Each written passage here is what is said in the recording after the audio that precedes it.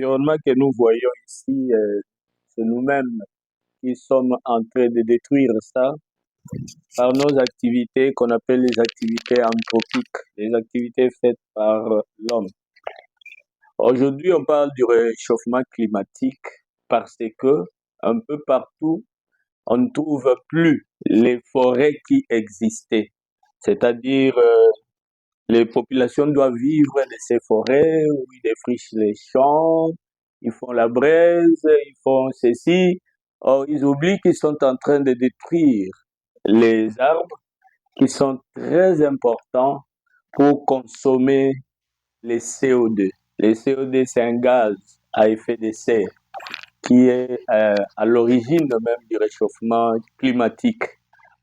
Alors, la RDC, avec tout ce qu'il a comme forêt, c'est d'ailleurs un poumon mondial parce que cette forêt-là est importante pour le crédit carbone.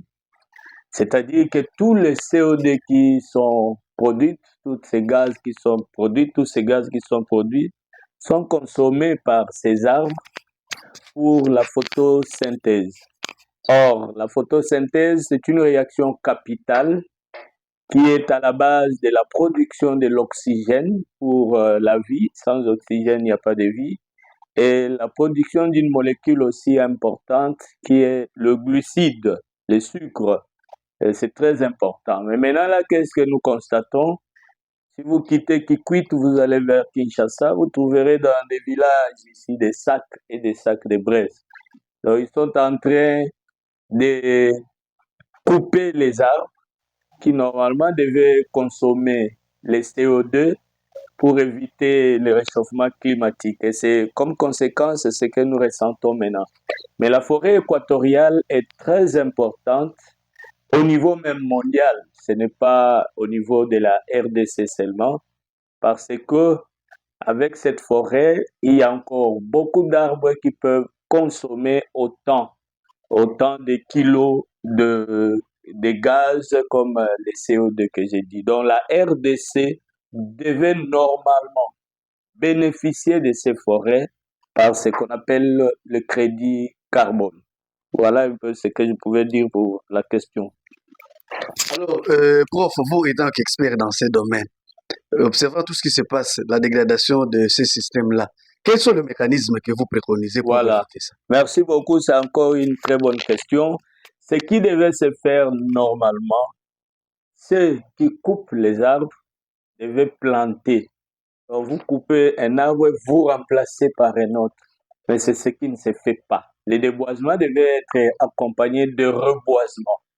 C'est ce qui ne se fait pas. Or, pour reprendre ces forêts, il y a beaucoup d'essences des arbres qu'on peut utiliser pour régénérer les forêts que nous-mêmes nous avons détruites. Donc la seule solution, c'est celle-là, régénérer les forêts.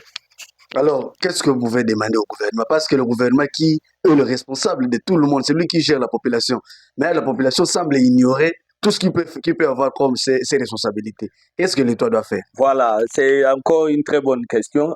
L'État devait sensibiliser la population dans ce que je suis en train de dire. Vous coupez un arbre, vous devez remplacer. Et on doit suivre ça. On doit suivre ça de telle sorte qu'on peut régénérer les forêts. Mais si l'État ne suit pas, c'est ce que nous voyons. Nous avons de bonnes lois, mais qui ne sont pas suivies. Donc, tous ceux qui coupent un arbre au village ou quelque part, ils doivent remplacer par un autre. Et ça devait se faire déjà en amont, c'est-à-dire bien avant. Parce que l'arbre ne va pas croître le jour où on va le remplacer. Ce qui veut dire qu'il faut suivre cette loi. Et en deuxième lieu, bon, bien sûr qu'il n'y a pas de très grande pollution chez nous, les pollueurs devaient payer. Donc, les pollueurs, ils polluent la nature, ils devaient payer, comme tous ces gens qui produisent des déchets. Normalement, les déchets, on ne peut pas les jeter à l'air libre comme ça. Les déchets devaient être gérés. Mais les déchets ne sont pas gérés, c'est encore une des causes. De la destruction même du sol, vous voyez aujourd'hui à Kikwit, il y a bien sûr qu'à côté, on met encore ces habitations qu'on produit en désordre. Normalement, on devait suivre toutes ces lois Et à Kikwit, vous voyez qu'il y a les sièges même de ravins, les sièges de ravins, tout ça parce que la loi n'est pas respectée. Donc, l'État devait sensibiliser la population sur le reboisement pour que nous régénérons les forêts que nous avons perdues chaque fois.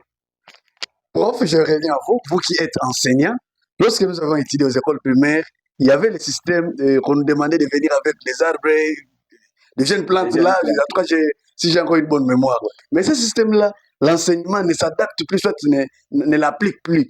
Vous ne voyez pas que quelque part, vous les enseignants, vous êtes dans un état de faiblesse? Merci beaucoup. Encore une très bonne question. Mais il y a ce que j'ai dit, les lois existent, mais les lois ne sont pas respectées dans ces pays. Et pour l'enseignement, il faut vraiment des réformes pour reprendre ces systèmes-là. Les systèmes que tu dis là étaient très bien de telle sorte que aujourd'hui on est en train de couper les arbres. Si ces systèmes existaient, c'est-à-dire que la forêt n'allait pas partir totalement. Cette forêt allait être régénérée. Mais il n'y en a plus. Regarde, même le cours de civisme, il n'y en a plus. Or, ce cours-là lavait le cerveau des gens. Donc, on doit faire des réformes. On doit faire vraiment des réformes pour l'enseignement de ces pays. Et il y en a beaucoup de choses qu'il faut revoir. Il faut vraiment revoir. Même le système LMD qu'on nous a amené, nous n'étions pas à ce niveau-là. Nous n'étions pas au niveau de LMD. Les étudiants que nous voyons dans l'auditoire, ils n'ont même pas une machine, c'est-à-dire un ordinateur, il n'a même pas un téléphone Android où il peut télécharger certaines des informations dont il a besoin pour compléter sa formation. Et de deux, on n'a même pas d'Internet. Comment est-ce que les étudiants pouvaient être au centre d'un système où les conditions ne sont pas réunies? Donc, c'est la même chose avec ces systèmes où nous, on était aux écoles primaires à Lusanga, ici, qui n'est pas loin. C'est ce qu'on faisait chaque fois. Vous amenez des jeunes plantes et quelque part, il y a des pépinières où vous allez mettre ces jeunes plantes-là. Ça n'existe pas.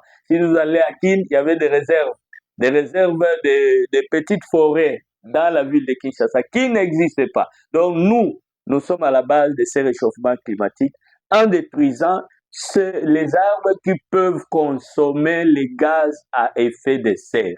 Nous avons tout détruit. Oui, prof, c'est comme le collègue l'a dit, on peut encore ajouter une faiblesse, ça c'est moi, la création des villes. Tout le monde veut faire l'exode rural pour habiter la ville et il faut vraiment ajouter des dimensions des villes, Kinshasa, Lubumbashi et consorts. Est-ce qu'on ne peut pas diminuer cette façon de faire? Merci, c'est encore une très bonne question et c'est ce qui fait que la population ne fait qu'augmenter dans des villes. Et si vous allez au village aujourd'hui, beaucoup de villages, vous ne trouverez pas des jeunes garçons. Tous veulent vivre en ville, même s'ils ne travaillent pas. Donc, c'est ce que j'ai dit, c'est toujours la loi. Regardez à l'époque de Mobutu, à Kinshasa, et si on vous voit vous promener inutilement, on vous prend, on vous met là où on vous a eu, on vous met dans un véhicule qui vous remet chez vous au village. Alors, pourquoi les gens ne veulent pas vivre au village pendant que c'est les villages qui font vivre la ville? Donc, on devait revenir à cela pour rentrer au niveau du village et cette population devait travailler. Cette population devait travailler au niveau du village pour que le ville ne soit pas surpeuplé.